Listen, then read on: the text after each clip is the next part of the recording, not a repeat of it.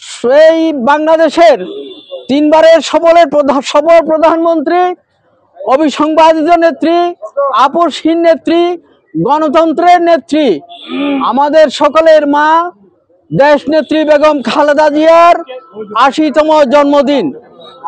৮০তম জন্মদিন উপলক্ষে আমাদের কেন্দ্রীয়ভাবে আমাদের একটা কর্মসূচি দিয়েছে।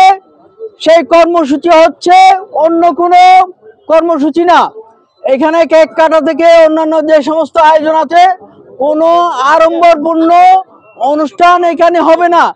শুধু হবে এখানে মিলাদ মাহফিল এবং দোয়া মাহফিল। সেজন্য আজকে যারা এখানে বাংলাদেশ জাতীয়তাবাদী দল অঙ্গ বাংলাদেশ জাতীয়তাবাদী দলের জেলা নেতৃবৃন্দ, উপজেলা নেতৃবৃন্দ, ইউনিয়ন নেতৃবৃন্দ, অঙ্গ ও সহযোগী সংগঠনের নেতৃবৃন্দ যারা এসেছেন, আমরা কাকেও বক্তব্য দিতে পারছি না। এখানে আজকে বক্তব্যের কোনো অবকাশ নেই।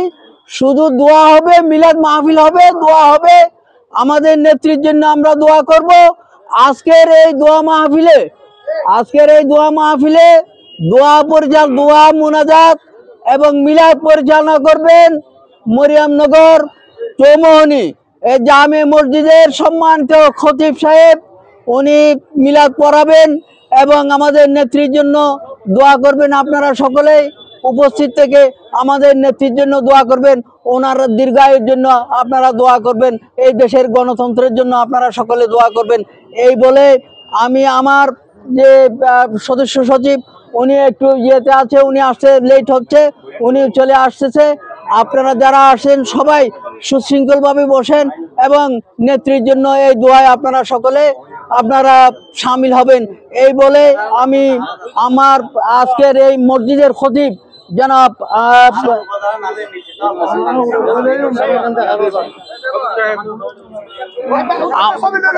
আমাদের